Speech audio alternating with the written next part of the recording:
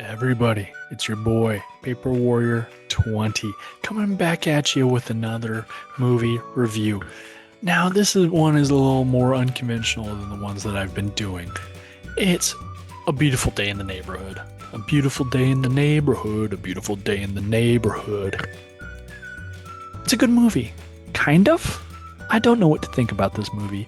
And I think that's the main reason why I did this video, is because I wanted everyone else's thoughts on it, because I don't know what to make of it. I liked it and I didn't like it. There's parts to love and there's parts to hate.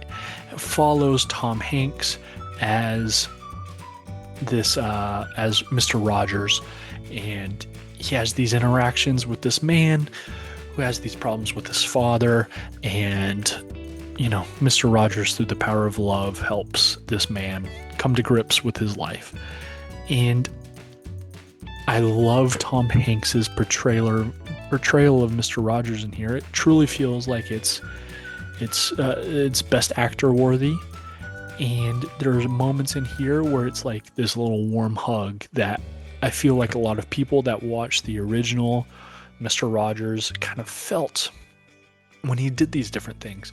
There's a moment in this movie where there's a solid 20 seconds where it's Tom Hanks as Mr. Rogers just staring at the screen, looking at you, and it's asking you to think about all the different people that have created you as a person. And you know what? The movie invites you to do it, and then it actually gives you the time to do that, to think of all the people that have created you. And that moment was incredibly touching, because I did that. I was like, okay, let me think about all the people that have made me who I am. And that just made me think about my life, and the little touch of having Tom Hanks looking there at you. It was very unconventional, but it worked very well. What I didn't like about this movie is the whole storyline with the guy and his family, and the father. The father's a drunk. The father, spoilers, I guess. There's no big twists in this movie. But the father's a drunk that kind of like stepped out on on the man as a kid. And it's him coming to grips with the dad and his wife kind of pushing him to stop working and work more with the kid.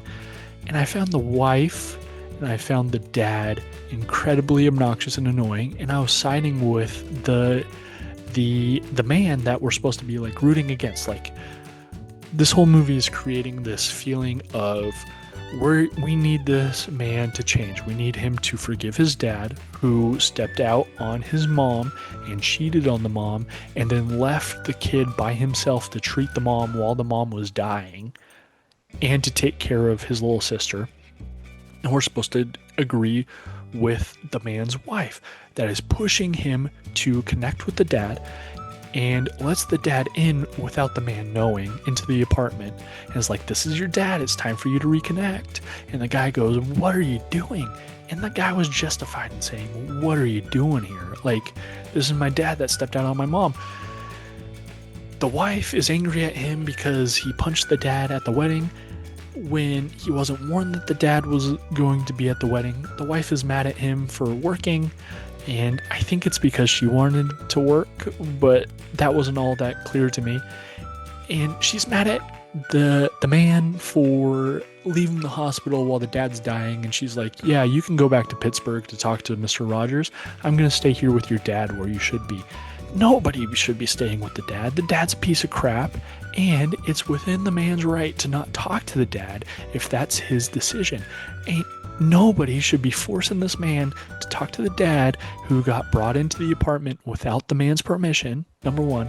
And number two is forcing himself to have this conversation at this wedding, inappropriate venue, number two. And number three, why should I feel pity on you when you're dying and you're bringing this woman into my apartment saying that this is my new girlfriend? And now we're all supposed to be kumbaya with the new girlfriend, and we're taking pictures with the new girlfriend at the end of the movie and being like, wow, this is our new mom. This is our found family through this dad that's dying. And Mr. Rogers comes and is like, wow, you must be an angel if you're going through all this sickness, that you should pray for me because I know that you need to be an angel to be able to go through all this. What are we doing here? What are we doing here? it it actively brought me out of the movie, and all the goodwill that Mr. Rogers builds up throughout this movie is taken down like the Titanic by the behavior of this dad, and how the movie's trying to get us to root for this reconnection when there ain't no way I'm siding with anybody other than the son in this situation. And it's not even close. And for that reason, I don't think I can give this movie a high rating, even though the peaks that it has are amongst some of the biggest peaks that I've seen in a movie in terms of pulling the heartstrings. I don't cry a lot at movies. I cried at this movie once, and that was when Mr. Rogers looked at the screen and asked us to talk about all the people that have touched our lives. Let me tell you what didn't touch my life is this movie, because of the different things that were in it. I'm going to give this movie a 5.5 out of 10. I'm giving it slightly above average because of the emotional heartstrings that it pulled. But that's that. If you like this video, give me a like, give me a subscribe, come watch the next one. We're doing good things here and we're growing the channel a little bit. So if you want to be a part of it, come join. It was good to talk to you. I'll see you later. Bye.